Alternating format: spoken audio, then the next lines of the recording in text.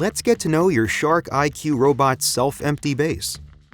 The Self-Empty Base is designed to hold weeks of cleanings. You can check the status of your dustbin here in the debris window. When it appears full, follow these steps to empty the base dustbin. To detach the dustbin, press the release button on top of the dock, then slide the bin out. To empty the bin, hold it over the trash, then press the release button with the trash can icon on the bottom of the bin. The bin lid will open, releasing dust and debris.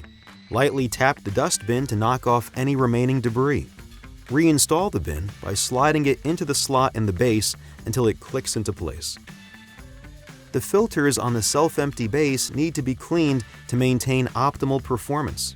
To clean the pre-motor filters, first open the filter housing lid by holding the top right edge of the base and pulling up on the lid.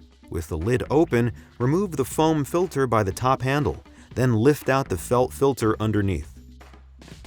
Rinse the pre-motor filters with water and allow 24 hours for them to air dry before reinstalling. To reinstall the pre-motor filters, insert the felt filter first, then the foam filter. Once filters are in place, close the filter housing lid. The pre-motor foam and felt filters should be cleaned once a month.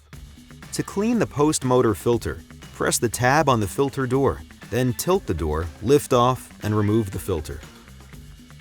Remove the foam from the filter, then tap the filter over the trash bin to release any stuck-on dust. When finished, reattach the foam to the filter and reinstall. The post-motor filter should be cleaned every year.